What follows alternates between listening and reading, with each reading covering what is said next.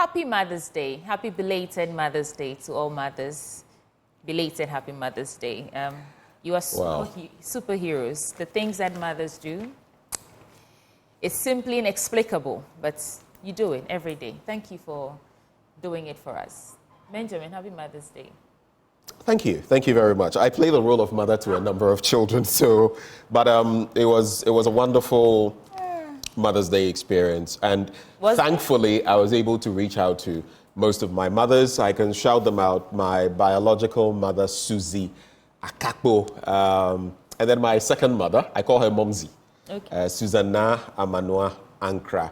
There's Madam Victoria Kudao, Madam Veronica Blebo, Madam Mariose. I mean, it's a tall list. And Sati among all of them who have made us, who we are. Fran Craig as well, all the way in the US. My mothers are many.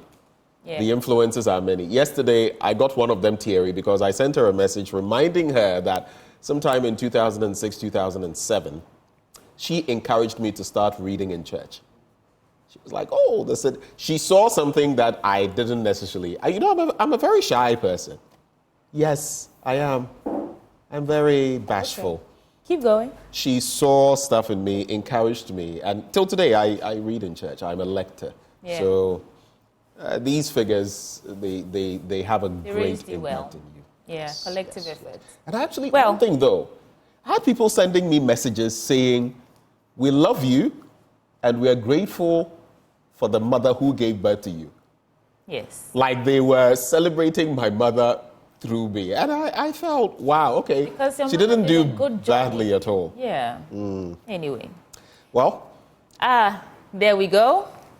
Away from Mother's Day, let's get into the newspapers. I couldn't see my mom this past weekend. Oh. I spent the weekend just sleeping. Sleeping. Right, but Dr. Kwame Asasante is our guest, but before we bring him in... Let me quickly just get to Endpoint Homeopathic Clinic. Of course, they help us bring you this segment every weekday morning, and they're offering you prostate screening if you're a man, fertility screening if you're a woman. All you have to do is check them out at any of their branches, starting from here in Accra at Spintex opposite the Shell signboard, Kumasi, Kronomo Abwe here behind the Angel Educational Complex. There's Takrade Anaji Estate, Tema Community 22, Techiman Hansu and Esiamanzama. Their call lines 0244 867 068 or 0274 234 321. Endpoint Homeopathic Clinic, the end to chronic disease. But just the start of the news review with Dr. Kwame Asasante. He's a political scientist at the University of Ghana, also director of the Center for European Studies at that same institution. Do you have something for us, Sweetie Abochi? Mother's Day just coming in. It says, would you consider supporting a mother and or a child seeking refuge from abuse today? If you are interested or if you're touched and you want to just contribute to alleviating some of the plights of these mothers and children, send some donations to 0243 777773. That's a number you can remember, 0243 777773. And if you're a father, thank you for being there for the women in our life. Thank you for caring. Team ARC. That's a beautiful message. And if you're really touched, please do well to send some coins for the greater good. Not just coins. We want, Yeah. I mean, kids will be. So I'm just saying that we want cloth money our too. target is not just the rich and wealthy, but any little helps. So it's from Angela Boaji Jamina. Right. Thank you for this initiative. It's beautiful. Right. Did you already bring in Dr. Kwame Asasante? I wasn't... yes, I was just about to usher him in. Doc, good morning. Good morning, friends. And how are you doing? We are fantastic. Well. We're doing well this morning. We hope you had a fantastic Mother's Day celebration. We know you would also have mothers apart from your biological mother. So any stories to share briefly before you get into your thoughts for us? Oh, yes. I salute all women. They own this country and they own us. They have brought us this far. I can't talk about women without talking about my late mother who brought me this far. And every mother, if you see the work that they do, so amazing. I salute them. and I'll forever salute every woman. We salute Because you they right do a back, lot. Doc. Without them, we can live as human beings. I can say that without fear of contradiction. Yes. Anyway, our very first educators, caregivers, chefs, everything in there. But any quick thoughts for us before we go, maybe in about a minute? Yes. I know there's a lot that has Yes. happened. Yes. I will touch on Galamsey and Kuokuom. Right. I think last week you and I were alive to a story that were aired on this platform about the way Galamsey is, taking our lands and affecting cocoa production to the extent that when farmers want to spray their cocoas, they have no water. They need to get sachet water. They need to get small vehicles to transport water to the farms and all that. It comes back to one thing. And I want to remind this nation that this country's mainstay is on cocoa. If we do away with cocoa, the condition we'll find ourselves in today is going to be worse. So we should take note. The other point is that if you look at what cocoa has done for us, it's amazing that we are joking with it. In the 1930s, Ghana was the leading producer of cocoa, catering for about a quarter of the world's output, Ghana alone. We try to build this country based on cocoa. A lot of things we have done and survived on was based on cocoa. In recent times, we've had Galamsey and we are destroying arable lands meant for cocoa production. Even where cocoa trees exist, people are pulling them away and then making sure that they get into the soil to find what minerals. It's a sorry story, to say the least, that we will destroy the land that we have that produce cocoa for us and then get us financial resources to support our effort. We are destroying it. And government doesn't care a hoot about what is happening. All that government cares is come out with the rhetorics, we are doing this, we are doing that. It doesn't work anyway. But we should be mindful of the fact that nobody can build this country for us. We can do it. If we don't want to do it, yes, we're going to suffer together. My worry, apart from everything, is the threat that Galamsey activities pose to the industry, to the extent that now some international organizations are even threatening that if we don't stop Galamsey activities, and they will stop buying cocoa from us because they are seeing some little things in our cocoa that come from the Galamsey activities. Why are we doing this to ourselves? Right. Yes. The last thing I want to touch on is the constitution that we have, which says that we will live at peace with all neighbors or all peoples of the world. Is that what we want to do? Look at this cocoa Galamsey activity. We are now polluting waters that get to places like Ivory Coast and all that, and they are complaining because this is not how we live with our neighbors. But meanwhile, back home, we create the impression that this is a peaceful country, we love peace, we love our neighbors. Is that what we are doing? Please, we need to fix this problem. And it is not the duty of the government alone, even though they take the bulk of the responsibility. We as a society, we should be able to stand up and say this nonsense must cease. And I'm talking about every individual, community leaders, chiefs, opinion leaders, and all of us. We should make sure that this game is over. Otherwise, a day will come, there will be no Ghana. There will be no water for us. There will be no cocoa for us. And where we will find food, only God knows. Only God knows. And on that note, let's get into the papers, Dr. Kwame Asante. Starting with the Daily Guide newspaper. On the front page, it says, our democracy is safe, according to Tumfo. That is on the back of the 25th Silver Jubilee celebration. And then Speaker summons MPs after majority demand. Collins Dauda arrested over voter registration violence. Trinidad and Tobago supports Ghana's Commonwealth bid. Baumia takes campaign to Northeast. Let's start. This is the Daily Guide newspaper. Let's start with Collins Dauda's case because it's interesting to our election process, this limited voter registration exercise, and so many statements that the police have brought out on the back of the violence and some of the issues that are going on. The story is on page 3, and it reads, the Member of Parliament for Asitufo South in the Ahafo region, Collins Dauda, has been arrested in connection with the violence that broke out at Kuokuom during the ongoing limited voter registration exercise on Saturday. The Ghana Police Service, in a statement, said the National Democratic Congress MP was taken into custody following the arrest. The statement indicated that one person sustained injury and was taken to a hospital where he's currently receiving treatment. Meanwhile, the police service has also revealed that 3 of its officers have been interdicted with immediate effect for failing to perform their duties professionally during the ongoing limited registration exercise. The affected policemen are Inspector Michael Ado, General Constable Eric Boachi, and General Constable Michael Jan. This all happened over the weekend. I'll put a pin in it to do 2 more stories before we take our reactions to them. We can beat time.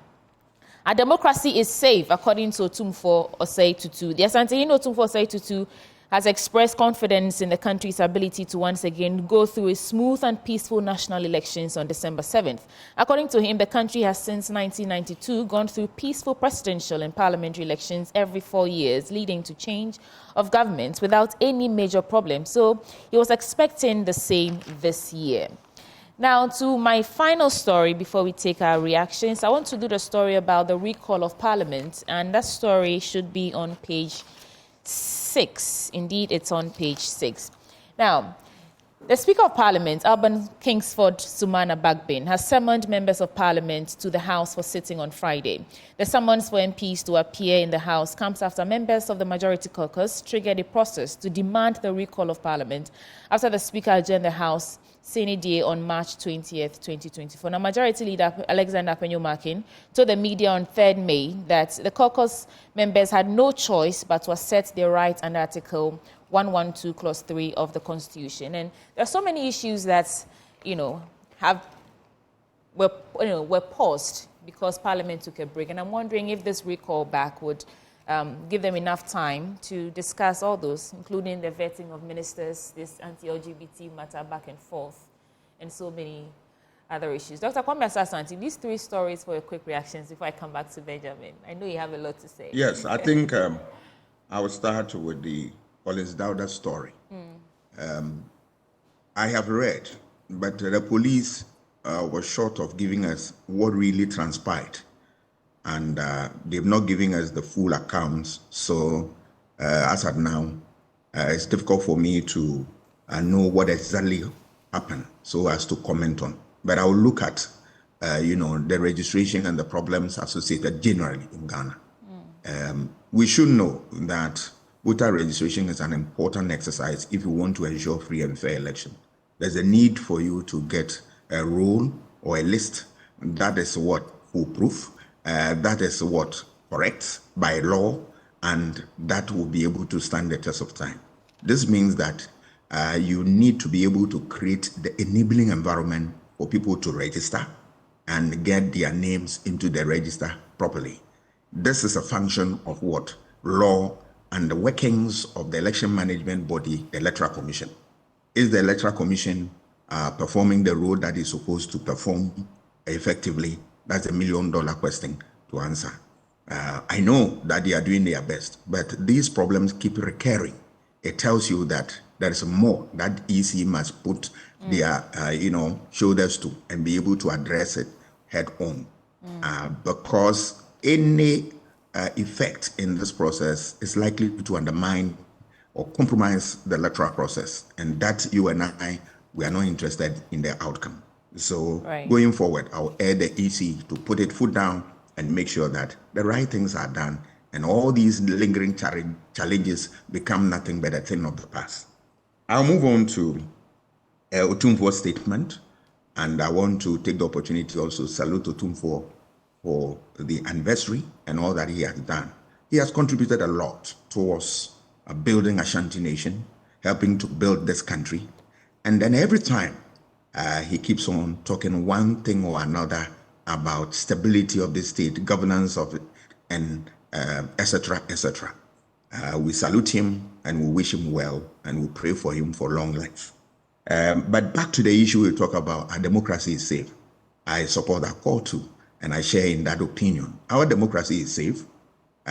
We have gone through a lot, and how far we have come, we are all aware. Time will not permit us to recount them. We have done well in the area of human rights, which is a tenet of democracy. We've done well in the area of media freedom, area of elections, political participation, and the rest of them. But having said all this, right, there are problems that we still face relative to our democratic forward march. And part of it is traceable to one issue of some negative records affecting our human rights report. And if you read the U.S. State Department report on human rights, it's replete with examples of police brutalities, and the rest of them. Right. We need to work well and remove all these things. Issue of corruption is affecting the quality of our democracy that we have, and we need to fix that. An issue of economic decadence, right, is gradually undermining the fortunes of this democratic enterprise. We need to put our acts together and make sure that we fix this so that our democratic forward march will be stronger and we will be the best, people to receive the dividend of democracy from. Democracy, I can tell you, is better than any imposed or military regime, however beneficial it may be to their people. Right. I will stand for democracy every day, every time.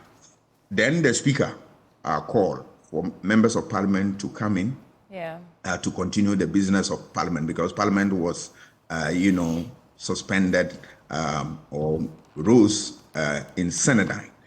Yes, now they are coming back because there are lots on their plate now. They have to come and deal with the approval of ministerial appointment and deputy ministerial appointment. They have to come and continue with other unfinished businesses. It is my hope and prayer that all these things will be done and done well so that we can finish this electoral year peacefully and then we are able to make the best for ourselves. All right. Benjamin, should I get into other papers or do you have some reactions? Yeah, we can get into other stories. Okay. We'll be delving into some of these electoral issues later on the show. So. Okay, so the New Finder newspaper now. On the front page, prominent Christian leaders back elevation of women in politics. Moms in the spotlight. Kumasi airports to handle 800,000 passengers annually.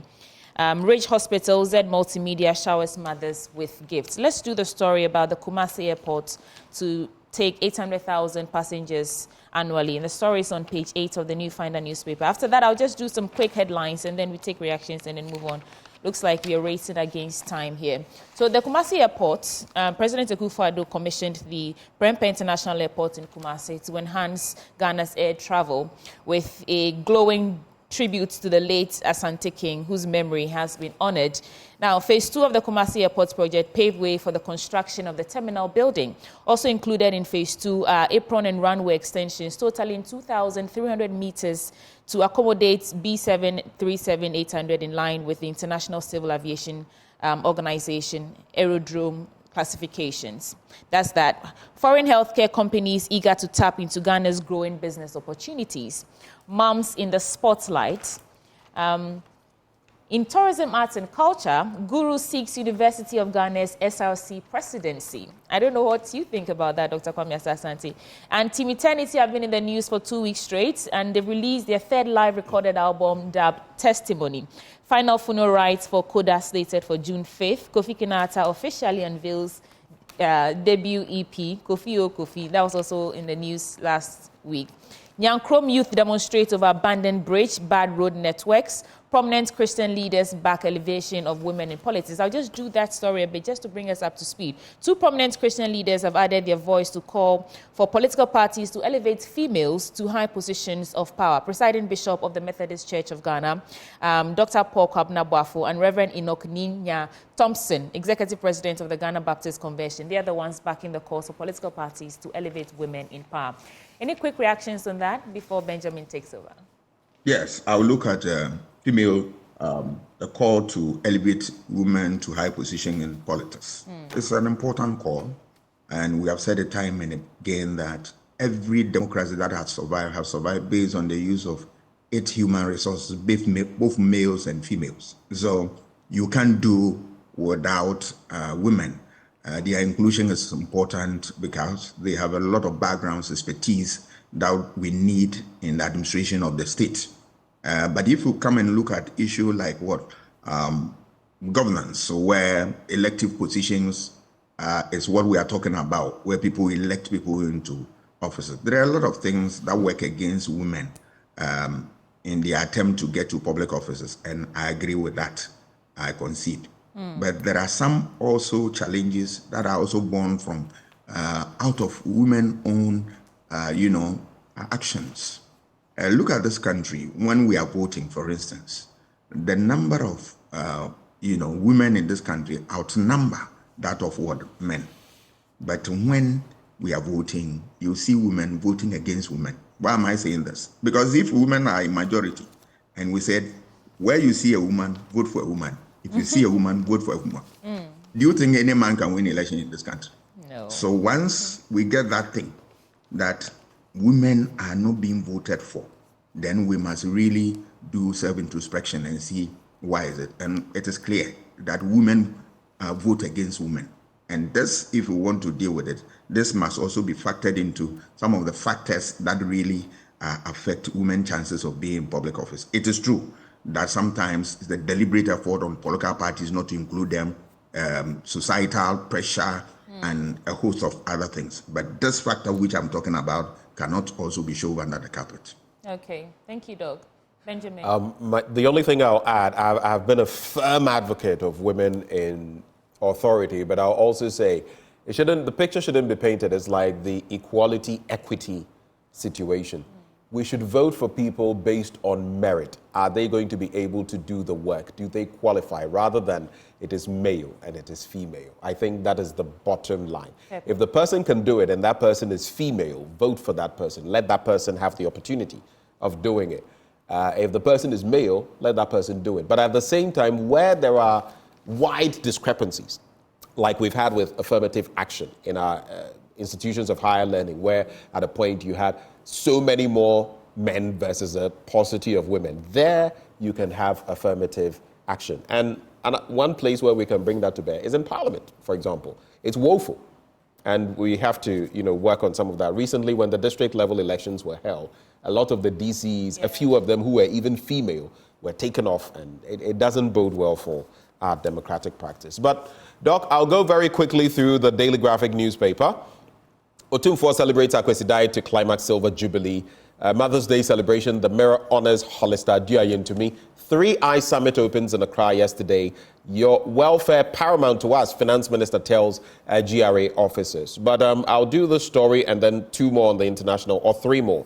Power sector challenges. Payment system suffocates VRA. Senior staff want reform. So the Senior Staff Association of the Volta River Authority says an arrangement that remits $43 million to independent power producers every month is threatening the operational capacity of the state-owned energy generation facilities.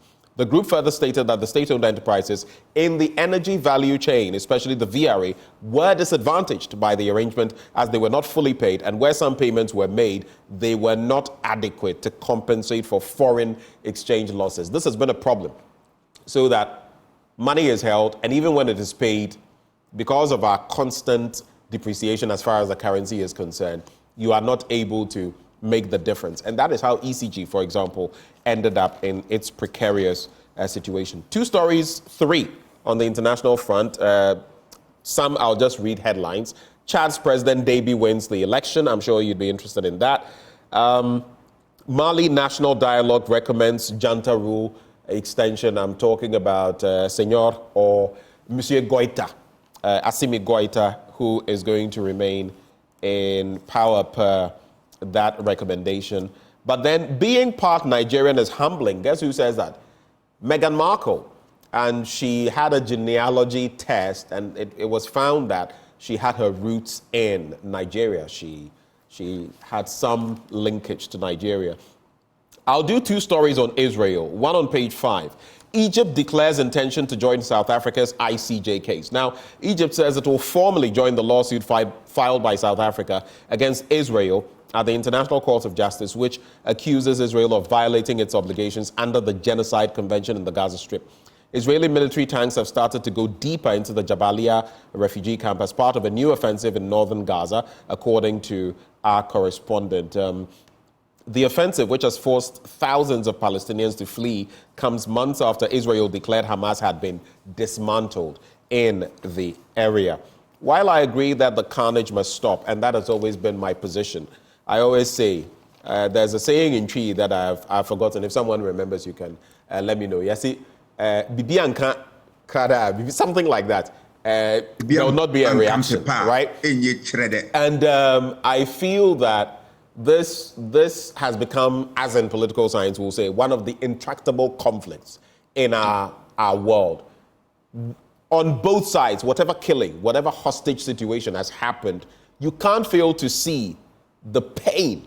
I've been in war, the pain of the people of Palestine. But you also cannot fail to see the agony of some Israelis and their relatives still being held. Comments about rape and all that. Then in Palestine, the suffering must stop, but let's not pretend it is from one end only. It is from both ends. Which brings me to my next story on page 9. Ban on arms sales to Israel will strengthen Hamas. That's according to former UK PM Cameron.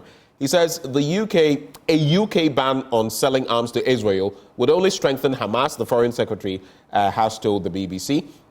That is actually the foreign secretary. Now, Lord Cameron said while he would not support a major ground offensive in the Gaza city of Rafah, the UK would not copy US plans to stop arms sales. He said the UK supplies just 1% of Israel's weapons and warned Israel must do more to protect civilians and allow humanitarian aid through. And that's the thinking there. Labour's Jonathan Ashworth said he did not want British-made arms used in Rafah. Your thoughts? These are the stories I'll do in the Daily Graphic newspaper. I think I'll start with the Israel and Gaza problem. It is a problem which you rightly describe as intractable. The world should find solution to this because from the point of view of Israel and that of what the Palestinians, there appear to be a great problem. We need to fix this thing once and for all because you and I know that when that, place is affected, it really undermines governance in various parts of the world, if not all parts of the world, because of oil production and the rest of them. So I believe that the world should take a critical look at the situation and find lasting solution. If the world want to address the problem, I'm sure it is not out of reach of the powers that be in this world to bring it to a close. I will move on to look at Mali, and now the authorities there have been giving, a blanket check, as it were, to continue administering. It's unfortunate that you have military adventurers giving the power to continue and all that, and you have civilians supporting them. Initially, you feel that, you are okay, but with time, history, the greatest teacher of all times, has taught us that you cannot trust military administration. It's just a short while and you'll be in a crisis. Doc, I agree with you, but is it not also because of the failures of our purportedly democratic institutions? Niger, they were getting less than $1 for their, uranium or so. Since the military administration took over, and mind you, I have never supported coup d'etats, military escapades in politics, and I never will. But I'm saying, is it not because sometimes our leaders fail to be leaders, they become misleaders, and they fail to think? Niger is now earning over $200 per, gram or kilogram of that same resource, right? Their economy is one of the fastest growing, I think the 6th in the world, and I think the 1st in Africa. Burkina Faso, same. These are countries that have experienced military takeovers. Like I'm saying, I'm not saying we have to get there, but I'm saying that if our leaders continue failing to think, what then happens? Yeah, that is why you and I must stand up and then use the democratic process to get them out. There is no other means apart from democratic process. It's unfortunate that you can have bad leaders with bad governance styles and all that. But how do we address this problem? You can only use the path of democracy to get them out. And this means that it's a collective effort of both leadership and then the people of that country. If you have, people who stand aloof from what is going on, you have a problem like this. We must demand the opportunity to be governed and govern well. Failure to which we punish those people when we get opportunity to visit the polls and then express our selves through elections. More often than not, we glorify these people. We can talk and shout, and when the real time comes for us to change government, we fail to do that, and that has caused us big time. Right. Sure, our people will learn from it and move on.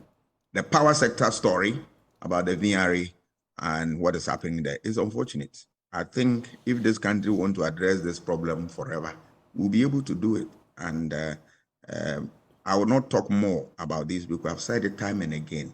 This country, we need energy at all times to run the affairs of this country. So if there is something that is undermining our effort to generate energy, we should fix it than spending on unnecessary things such as things I don't want to recount them. We have wasted money so much on that, and yet we have seen nothing. But this energy crisis continues to be a pain in our backs. Thank you, Dr. Kwame Asah-Asante, for joining us this morning. We're very grateful for your time. We wish you the very best of the day, sir. Thank you. And that is Dr. Kwame Asah-Asante, political scientist and director of the Center for European Studies at the University of Ghana. Before we go, I hear a little bird has whispered to me yesterday was the birthday, so it was Mother's Day and the birthday of Mary Ada, Executive Director of the Ghana Integrity Initiative. We wish you a belated happy birthday. May God bless your new age and continue to bless and favor you through all your days, Madam Mary Ada. Endpoint Homeopathic Clinic helps us bring you this segment every weekday. If you're a man, they're offering you prostate screening for free. If you're a woman, fertility screening for free. Just reach out to them, to their branches dotted across the country. Accra, Spintex opposite the Shell signboard. Kumasi, Kronoma Buehia, behind the Angel Educational Complex. There's Takrade Anaji State, Tema, Community 22, Techiman Hanswa, and the Siaman Zama. You can also reach them via phone on 0244 867 or 0274 234 321. Endpoint Homeopathic Clinic, the end to chronic disease. There's more in sports coming up shortly.